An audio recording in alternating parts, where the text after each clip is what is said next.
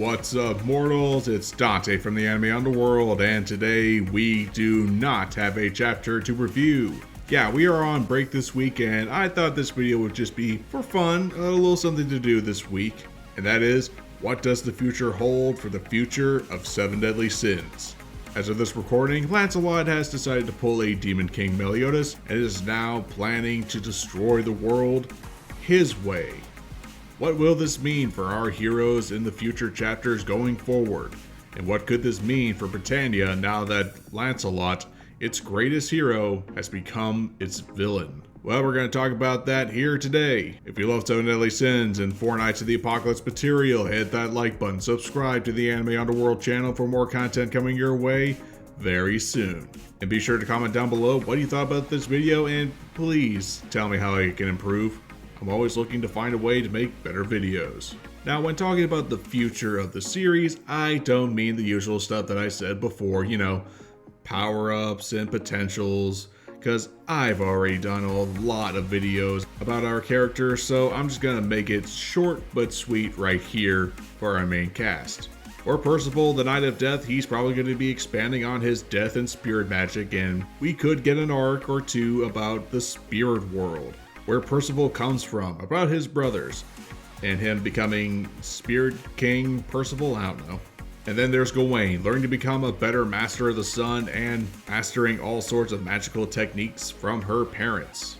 And then finally there's Tristan, learning to use more of his Nephilim abilities of mixing light and darkness and mastering both sides of his hybrid lineage. And finding out why is he called the Knight of Pestilence. Seriously, why is he called that?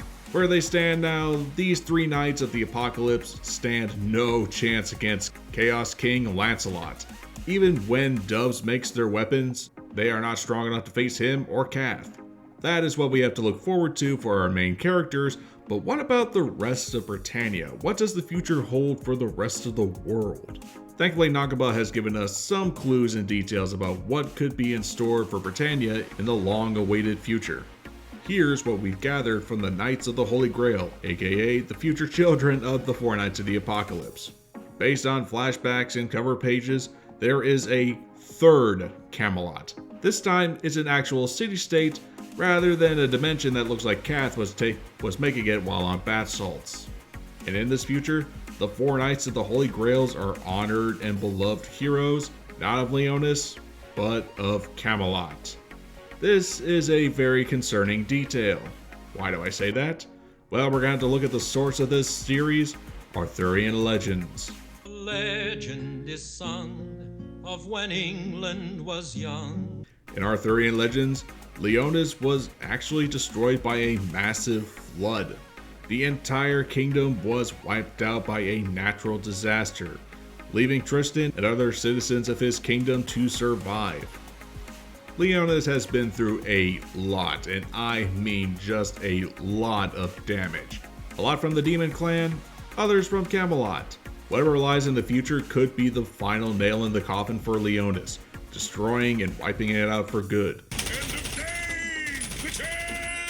Which is why the 4 Knights of the Apocalypse aren't legendary heroes of Leonis, but of Camelot. Something happened not just to this kingdom of humans, but to the other kingdoms of the other races. In case you forgot, the Knights of the Holy Grail are from the future. They time traveled back to the past. Duh.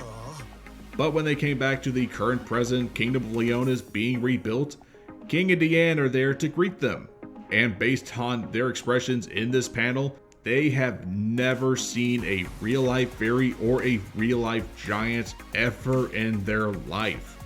To them, seeing a giant and a fairy would be similar to us seeing, a T-Rex or a woolly mammoth. They existed at some point, but you can't believe that they're right there before your eyes. And that's very concerning when the majority of the Grail Knights are 1/4 of some other race. Cardias, son of Percival and Naziennes, is 1/4 fairy and 1/4 giant. Yet he has never seen a full-blooded one of either before. His arrows are from the fairy realm and even holds a piece of chasuble, yet has never seen an actual fairy or an actual giant. This idea of the Grail Knights not meeting any other, non-human races is further enforced when you look back on Issei's fight against Tristan. I highly doubt that this kid has ever seen a real goddess or a real demon before. So if he was to see one now in this timeline, he would probably have the same reaction to seeing a giant and a fairy. That's all we know from the Knights of the Holy Grail, but here's what we know thanks to Guinevere and her magic kaleidoscope. As of this recording, half of what she says here actually happened. They first met when they were at age 16, he snuck into the tower to meet her at age 18. What has yet to happen is Lancelot kissing Guinevere when he's 19, so in about a year. And Lancelot becomes a renowned knight under a king's service, but she never specified which king. And finally, the biggest one she didn't have the guts to tell Lancelot or Bon, and that is the fox Sin dying at the hands of his own son. You fellas all knew that, right? You did? The last part of what Guinevere said about the four knights at age 23 shows that Lancelot will be free from Cat's dangerous ideology. On the contrary though, since Lancelot is 18 now, that leaves 5 years between then and now in this story. And if there's anything we learned from Naruto, master evil plans take time and preparation. Right now, Lancelot is not going to listen to Cath and do things his way, which is both good and bad. Lancelot is a lot smarter and more patient than Cath. He's not going to rush in all willy-nilly like the cat, or at least I hope not, because then this video would have been a major waste of time. For now, all we can do is theorize what Lancelot will or could do now that he has the power of chaos at his side. He might be the new controller of chaos, or at least the majority of it, but even when Cath was calling the shots, he had all the power, yet he couldn't do everything by himself. My first theory is that Lancelot will be following in Cath's path by recruiting more Knights of Evil, his own four perils.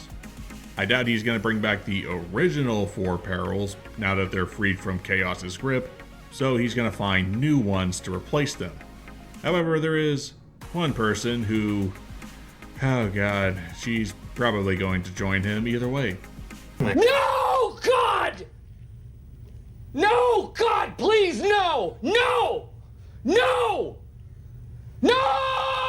Yeah, as much as I wanted to forget about Jericho, we can't forget how important she was to Lancelot in his early years and how he was in the first part of the series. Jericho is pretty strong now. Her ice is capable of freezing demonic fire.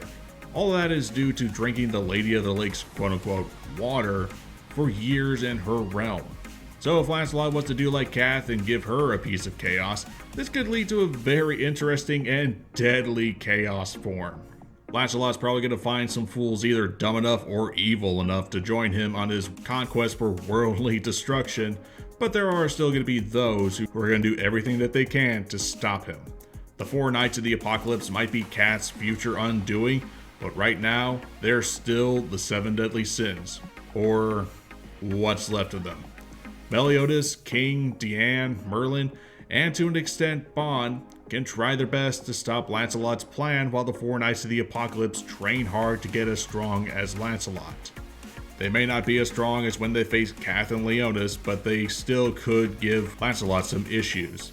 Which sadly brings me to my next theory about what Lancelot is going to do, and how he's going to do so.